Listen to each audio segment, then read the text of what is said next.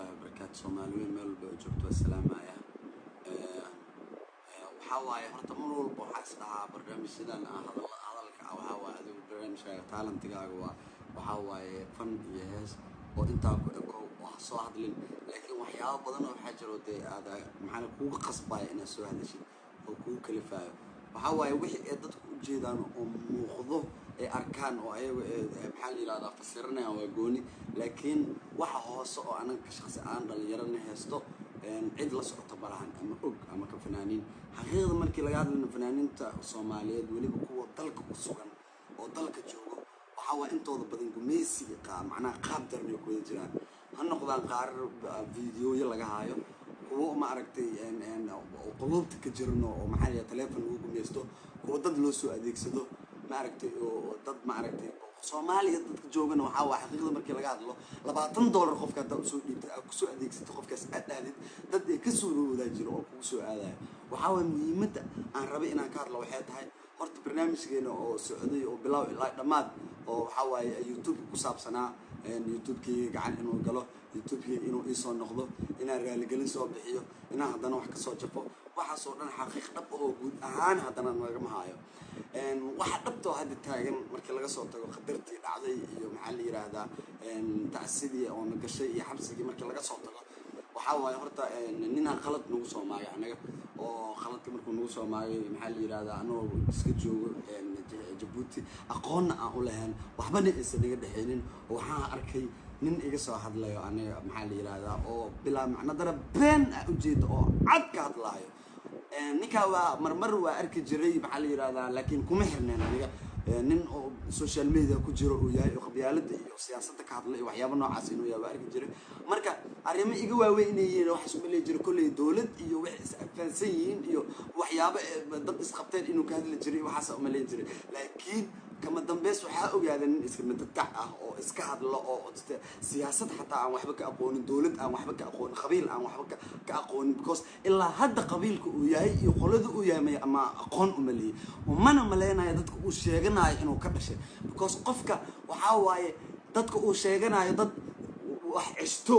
oo dad macnaha maxaa la yiraahdaa qabiil Soomaalida kamid ah oo la yaqaano oo magac ku leh oo dad ka dhashay oo siyaasiyiin leh oo dhalinyaro leh oo fanaaniin leh oo wax walba leh waayo oo waxa way qofkan haduu qaldan yahay qabsan karo laakiin aniga hadda waxa aaminsanahay shakhsigaas asiga ah oo magaciisa qaadin oo Soomaaliya oo dhan ay wada ogtahay YouTube-ka hadda kor gacanta u gali jiray waxa way in uusan qolaba lahayn bo qof qol cid oo ka dhashay ama loogu dacwado uusan lahayn xaqiiqda markii aan ka hadlayo horta aniga cid aan ka baqayo oo Ilaahay ma jirto maxaa daraadno waxa igu kalifay in aan aniga inta soo fariisto oo aan live inta soo galo YouTube aan soo dhaw maxaa la yiraahdaa apa social media tahay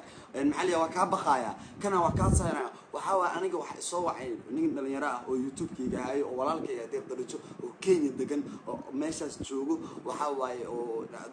aaminna aan ahayn YouTube-kiga asoo 8 ku maraya u dhiibay deeq darajo oo aan waxba ahayn waxna aan ka jirin waxa way gacantu ku soo qabtay copyright igu sameeyay waxa waa ku tatayay waxyaabo badan oo igu sameeyay YouTube-kiga waxa way saygu ii xiri jiray waxa way account igu xiray YouTube-kiga lacag inaan ka sameeyay heer oo i gaarsiiyay wax walbo si walaalnimo iyo kalsooni ay nooga dhaxayso oo isla marnay waxa way qof aaminay aan nafteeda aan ku aaminay waxa wixii uu ii soo diri jiray wax walbo ii sameeyay jiray okay ninkaas aniga saaxiibkayga maanta hadii uu gacan uu galo ama gacan bil aadan ama qof uu gacanta ku dhigo waa ku qasbanahay in YouTube muhiim ma ahan naftiisa muhiim ah Soomaali Maxamed ha ogaato ama ka dhaadhacdo aniga ku adkaysi waan ku adkaysan karay ninkaas markaan lahaa 48 saac wada kaaga saaray markuu ilaaha Allah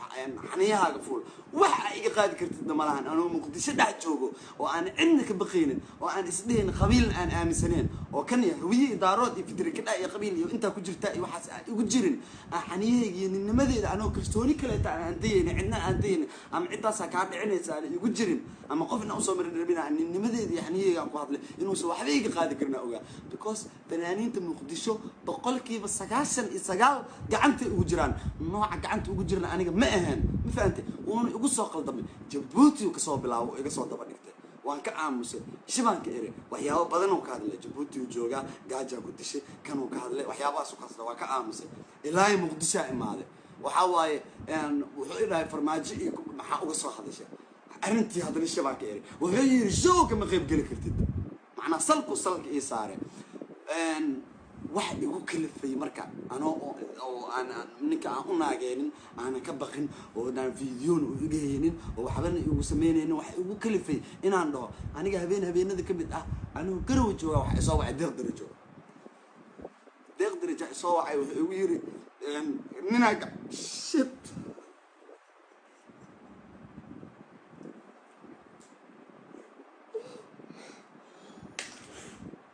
wuxuu igu yiri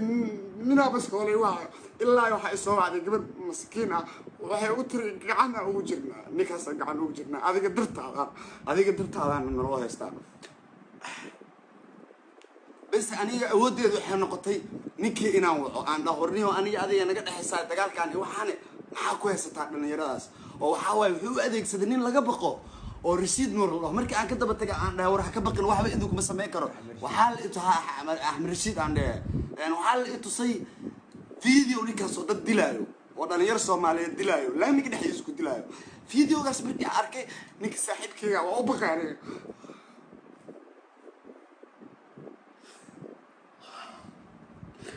waa u baqay bis ninkii markaa waxa wuxuu igu yiri live soo gal way bari waa bariye ninkii markaan bariye waxa waaye waxa la ii sheegay ninka saaxiibkayga ahaa in la sii daayo deeq darajo markii la sii daayo waxa ku yiri saaxiib ka soo tag meeshaas waxa waaye imaw jimeelkayga ninkii gacantiisa u gale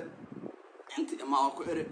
waxa waaye deeq darajo ka soo tagay ilaahay deeq darajo iyo familkiisa meeshii iyo gurigiisa iyo wixiisa iyo noloshiisa oo ka soo carro oo anigu xabsi ku jiro uu garow ila imaado waxa waa Soomaali wax ma fahansanin deeq darajo ku qayaani waxyaabo noocaas ka hadlaya marka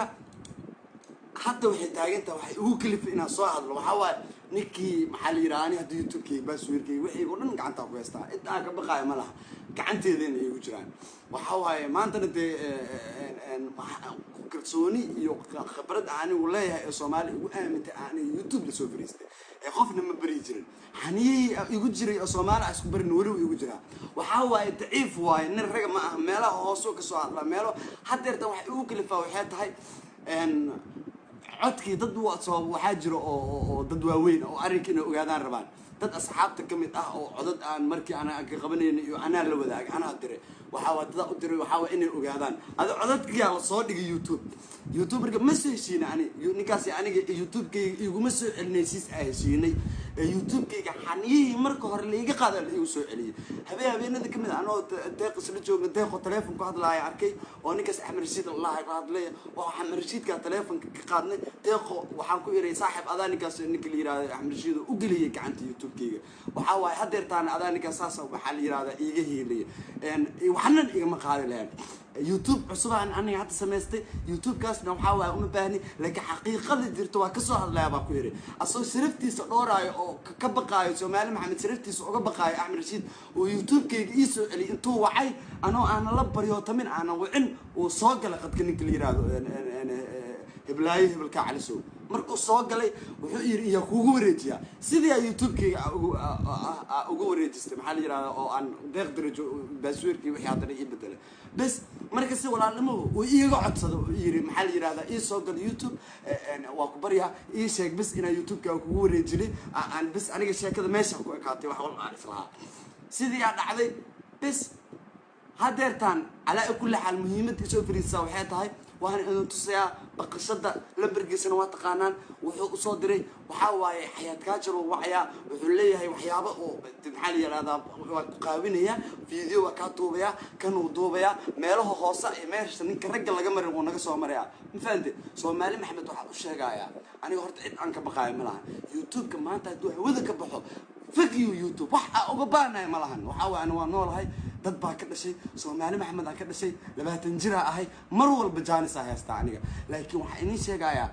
dhalinyarada Soomaaliyeed waliba fanka dhalinyarada fanaaniinta in ay gumeysi ku jiraan intooda badan gumeysi idinku waxay idin soo gudbiyaan farxada idin la wadaagaan heesa idin soo gudbiyaan laakiin xaqiiqada marka idin kala hadlo dhalinyarada gumeysi intooda badan ku jiraan waa loo caag jugleeyaa qaarkood video waa laga haayaa qaarkood wax walba lagu sameeyaa qaarkood dad loo adeegsadaa raga loo adeegsadaa ninkiina ilaa ay hadeertaan waxaa dadku daba taagan yihiin ee sheegaan waxay tahay muxuu idin daba taagan yahay sharma muxuu uga soo hadlay dadku waxay isleeyihiin hadeer sheekada weeb aamustee muxuu sharma iyo haddana uga soo hadlay waxaa waaye wuxuu uga soo hadlaya dadku kala feeso naagu dhalay weli cagto noo saaraya waxaa waaye haddana annaga nama soo aadi karo oo nimadiisa annaga naguma soo aadayo nooguma caga jugleenayo meelo hoose iyo gabdhihii iyo xaafadihii iyo familkii nagala maraaya dagaalo daciifeed cidiya hoosteedu nagala diraaya waxaa inii sheegaa aniga hadeertaan deeq darajo walaalkayga waa isla joognaa waxaa waaye ilaa iyo meel maxaa waaye ilaa iyo familkiis u baqaan heerkaasuu maraaya oo la yidhaahdaa maxaa la yidhahdaa intaa loo idin diraaya oo aniga xataa la idhaha waa intaa lagu diraya waxaa waaye annagoo dalkeena joogno oo dhalinyaro soomaaliyeed ah oo dalkeena joogno oo annagoo dalkeena joogno dhibaatada jirto dalkeena loo ogyahay horumar ku sameynayno dad haddana xagga jooga oo qurbahaas ku nool oo nabad ku nool oo firiyi ku nool waxay nagula dhaqmayaan waxyaaba aynan u dulqaadan karin fanaaniinta soomaaliyeed qaarkood inta badan hore ay ugu soo dulqaateen waxaa idin sheegay aniga qof bini aadan aan ka baqaayo ma jiro ciilka iyo ilintana waxa ii keenaa waxay tahay aniga haddii aan adkaysto oo ninnimadeeda aan ku adkaysto oo wuxuu yahay aad tuso waxaa waaye meel aan ka damqanayo rag ama dhalinyaro ama gabdho iyo dumar iyo xaggooda naga soo maraya iyo meel aanan maxaa la yidhahdaa dad aan hadhown eed aniga tusha naga koraysaa oo dartiina wax walba nagu gaaraan leeyahy Soomaali Maxamed aniga waxaan rabaa in ay ogaato dhib zaa'ida fanaaniinta Soomaaliyeed aniga u hadlayo afka fanaaniinta ku hadlayo weliba kuwa dalka ku sugan dhibaato zaa'id ah naga heesato xaggaan iyo maxaa la yidhahdaa dadkan ku sugan dhankaas iyo maxaa la yidhahdaa qurbaha hadalka aan ku dheeraanaynin Soomaali Maxamed waxaa waaye waa ka raali gelinayaa xanaaqda iyo kuleelka iyo hadalka aan ku hadlay waxaa waaye arrinkaa inaa ogaataan arrinkaas meesha uu maraayo ninkaana uusan naga daba harin cagta uu noo saaray haddana waxa aan kasii ciisoonaya waxay tahay afka uu ku hadlaya xaniyihiisa maaha ninnimadiisa maaha raganimadiisa maaha mar walbo aan ninkaas inaa ka hortaga aad dabco waxaa isoo hor istaagayo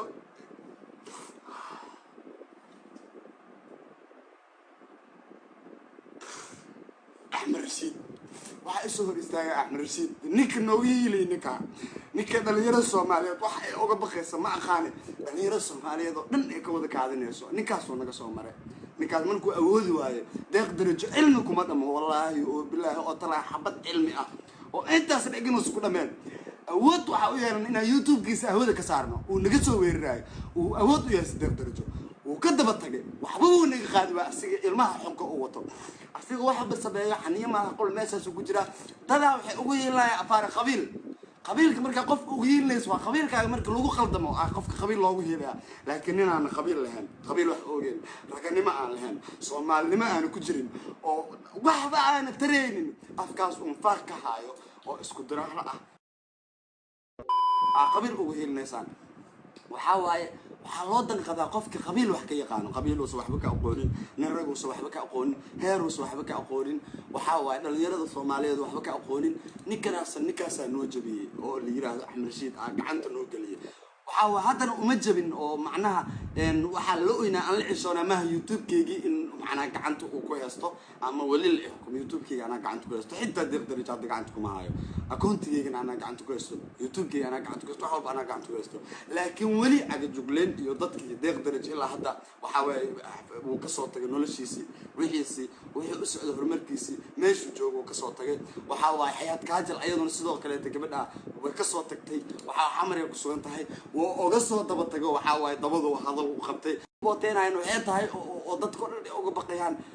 dhalinyaro Soomaaliyeed fanaaniin Soomaaliyeed dad fara badan oo hadda magacyadooda inta ka soo qaadeen oo hore wax ugu geystay oo fiidiyoyo ku saastay inta badan ninkaas dumarku wax ku sameeyaa rag wax kuma sameeyo ragna wax kama yaqaano waxaan aaminsanahay inay waliba rag is arkin haddii rag is arki lahaayeen ama maanta uu Soomaaliya joogi lahaa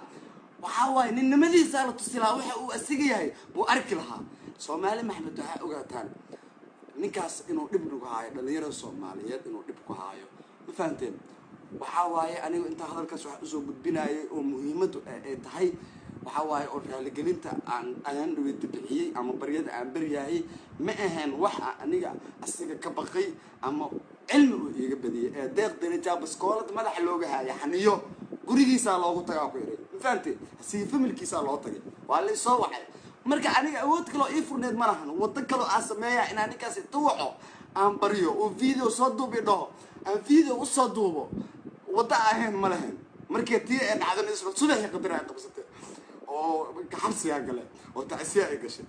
ninkii ilaa hadda uu daba taagay alaa kula hadalka waxa ku soo xiraaya muhiimadu